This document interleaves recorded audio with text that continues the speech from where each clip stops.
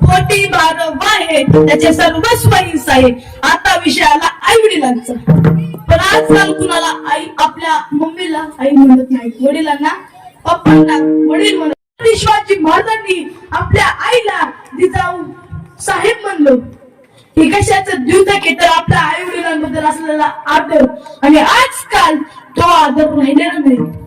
इतका समाज भरकटत चाललाय, इतका समाज म्हणजे एका मुलाने आपल्या पाहिलं गेलं तर आपल्या आईने आपल्या मुलाला सहलीसाठी 1,500 रुपये दिले नाही, म्हणून त्या मुलाने आपल्या आईच्या डोक्यात खोडे घातलं. तीच आईने त्या मुलाला जन्म दिले. अहो, एका मुलाने आपल्या आईच्या वरती कात्रीने वार केला. अहो, आपलाच भारत देश आहे का? आपल्या भारत देशामध्ये कोण होऊन गेलं? श्रावण बाळ प्रभू श्रीराम आपल्या भारतामध्ये होऊन गेले. त्याच भारतामध्ये सगळ्यात जास्त उद्धाश होत. त्यामुळे लय काही नको तुम्ही करावं. देवाची भक्ती करू नका, वारीला जाऊ नका, पण आपल्या घरातल्या विठ्ठल रुक्मिणीची सेवा करा. देव तुमच्या घरी आल्याशिवाय राहणार नाही. पाहिला गेला